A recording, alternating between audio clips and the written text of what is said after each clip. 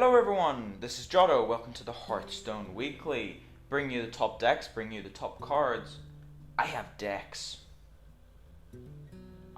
This week. Yes, different format. This one doesn't revolve around multiple decks. It was around the same class. So as a result, I've got decks, and the sideboard tech is going to be based on actual sideboard cards used in the tournament, now that I have relevant information on this, and it's pretty consistent throughout the whole tournament.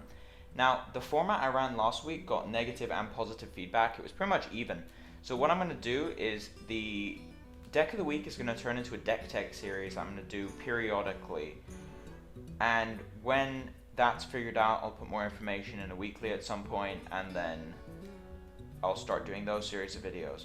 But as for now, I'm keeping the sideboard tech. I got a lot of positive feedback, and the deck lists are back. So still 3 segments. Improved weekly format. It's nice that I finally made the transition properly with the new tournament style.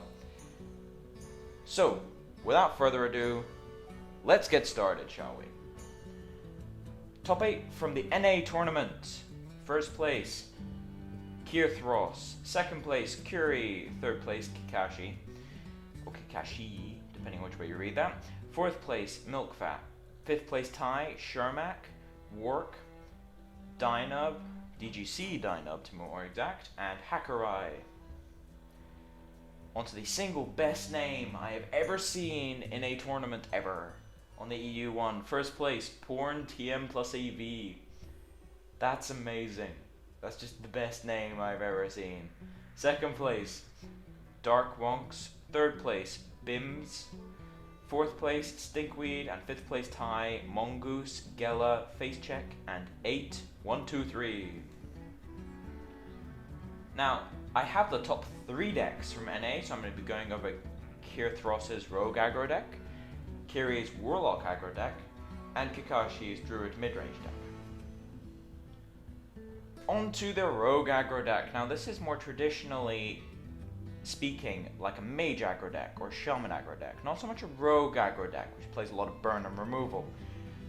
This one plays things like Novice Engineer, Defias Ringleader, Harvest Golem, Shattered Sun Cleric, Dark Iron. These are buffing cards, cards that are good against control, just very versatile cards in general. Loot Hoarder is a card which, even against ping, even against mage, they skip their turn, you draw a card. Pretty good trade in most people's eyes.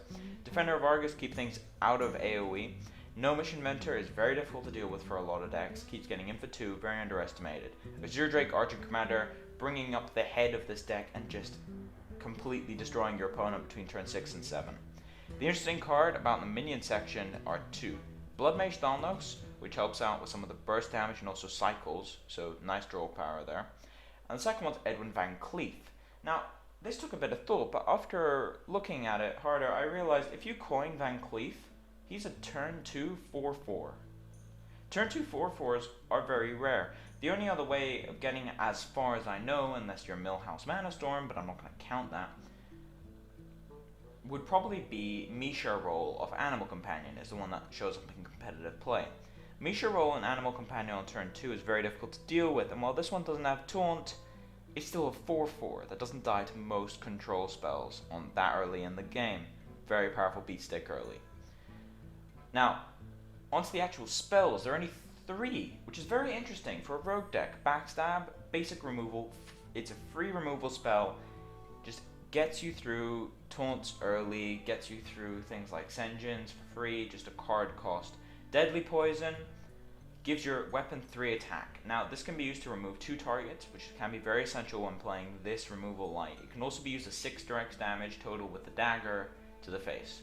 Eviscerate, I'm guessing this will be used for direct damage a lot, but it could be used as removal, and considering how light this deck is on removal, you probably need to use it. Now, a comment with the removal in this deck is Dark Iron and SI7 Agent are basically pseudo removal. Dark Iron buff something's attack up to do 2 damage, essentially, 2 damage extra. And SI7, if it's comboed, is a backstab on a stick. So there are other sort of pseudo removal spells along with things like Argent Commander, but the actual spells are very light in this deck. On to second place, it's a Warlock aggro deck. Now, this is a very traditional sort of Warlock aggro deck playing demons.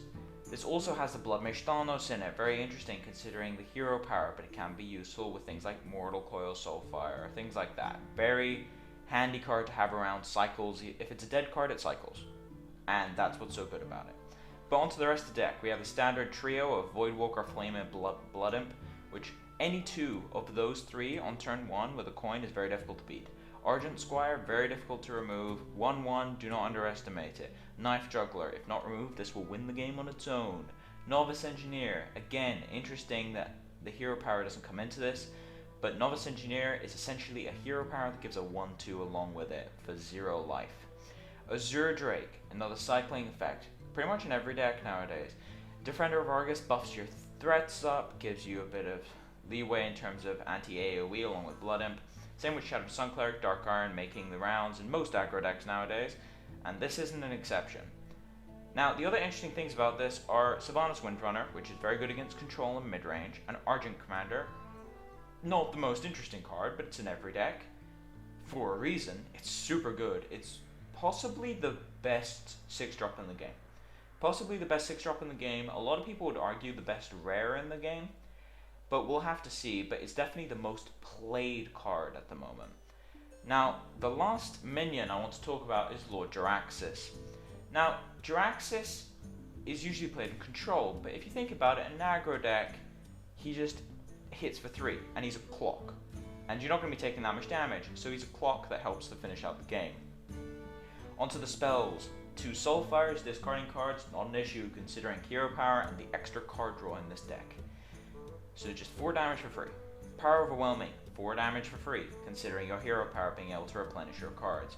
Demonfire can buff up your own demons, kill things with spell power, can do 3. Shadow Flame, similar kind of thing where it just removes boards, nice AoE. Hellfire doesn't really work in here because it damages your own board and it will kill most of the things on your own board, so they can't run Hellfire in this situation.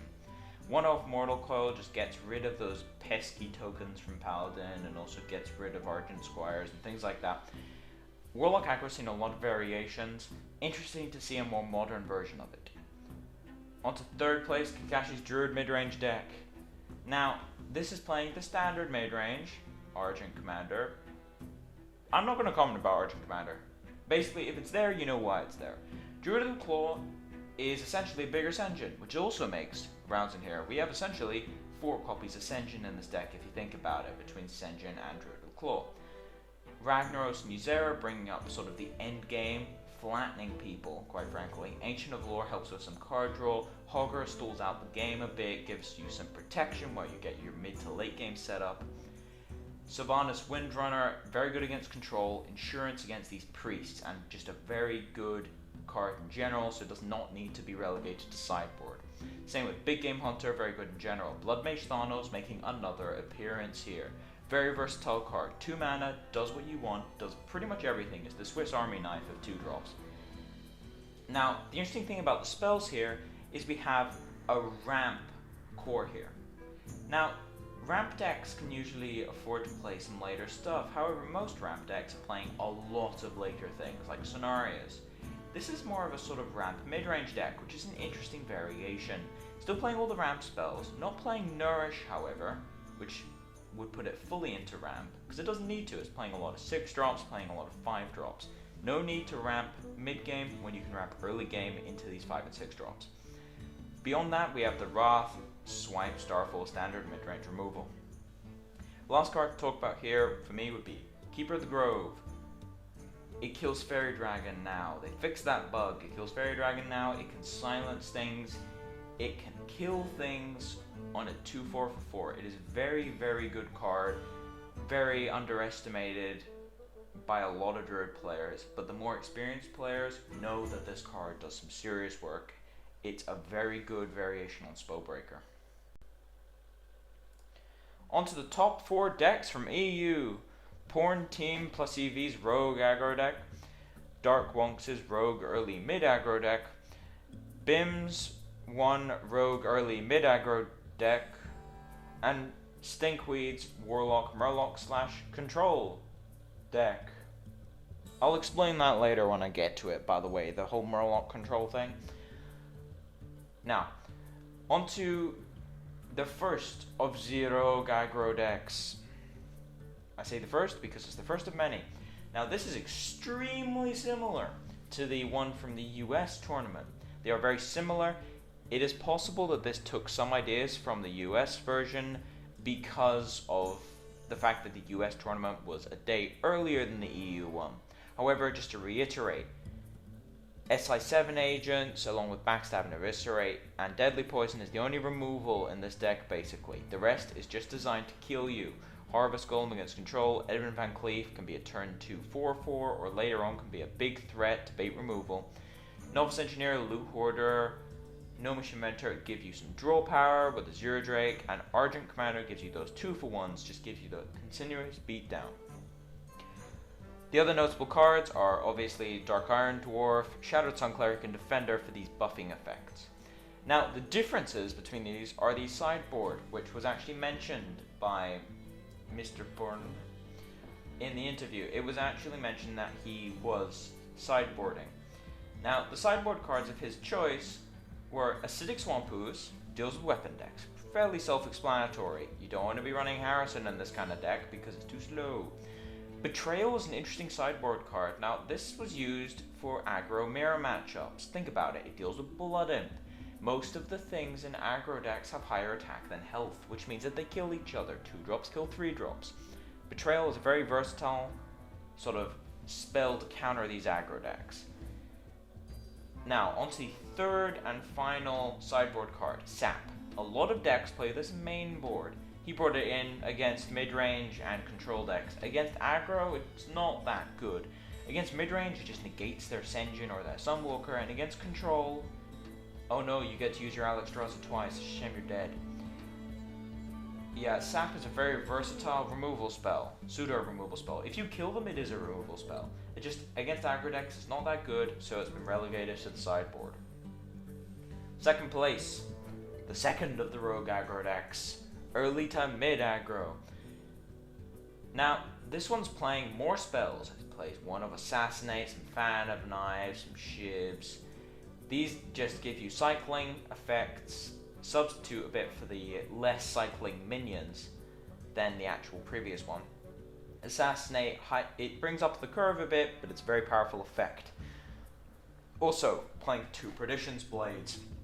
These are also pseudo-removal. They are weapons, but don't count them so much as being the kind of weapon where you play it and smash them. No, you combo it, you kill something, and then you kill a second thing. It's just 3 removals for 3 mana. Now, onto the actual minions. 1 Ooze main board. That's because weapons are very good against this deck. You need the Ooze main board. Blood Mage Thon, though, showing up again. It's in almost every deck this week, isn't it?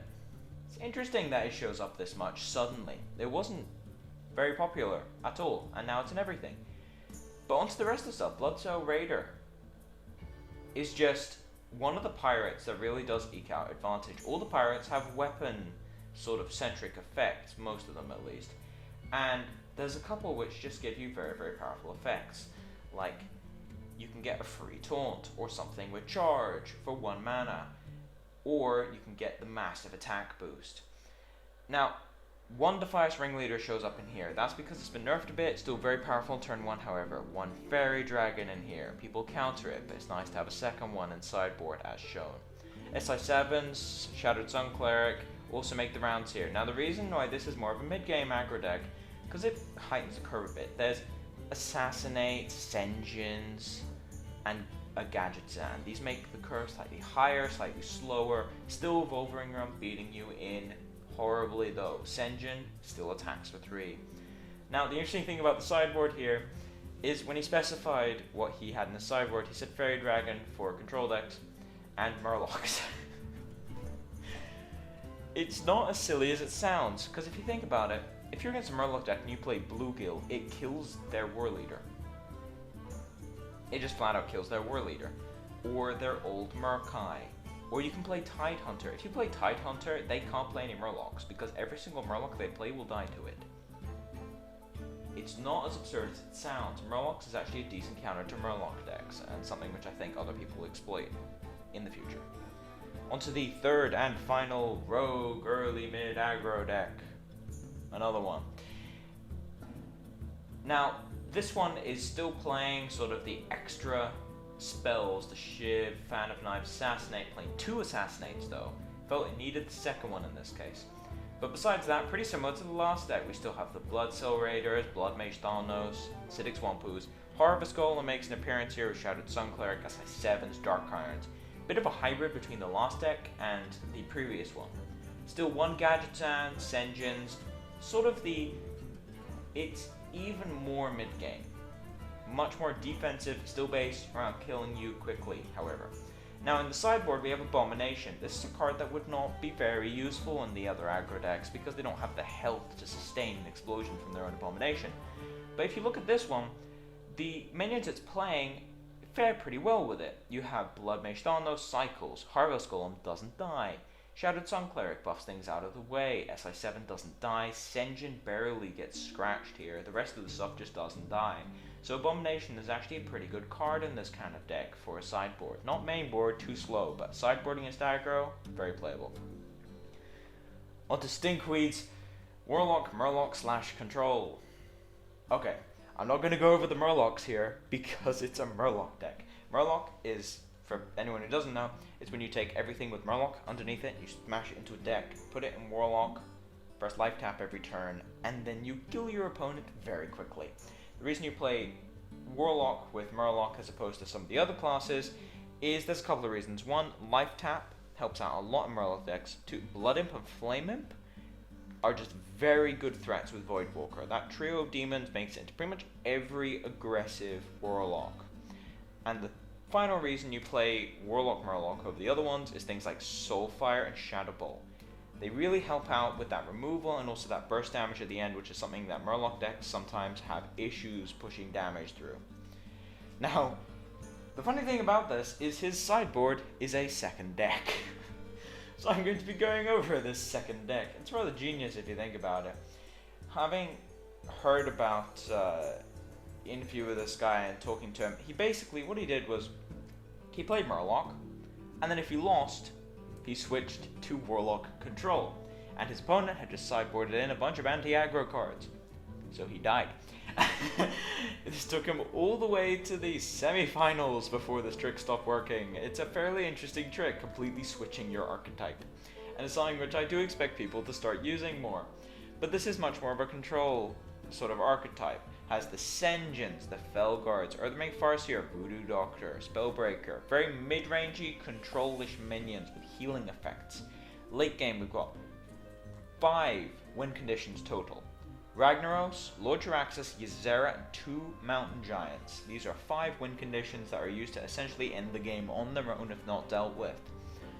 Onto the actual spells, we still have the Soulfires, we have Demonfires, Drain Life, Shadow Bolt. These are very sort of run-of-the-mill control spells for Warlocks. Hellfire, because you need AoE if you're playing these control decks or these mid-range decks. Siphon Soul is the Assassinate effect, and Twisting Nether is a very slow effect, but if you're this late in the game and you've already used your Hellfires, it's like the Flame Strike of the situation. Nothing's on your board, so why not just kill everything? So, onto the sideboard tech, we have Fairy Dragon Abomination. First card, Abomination.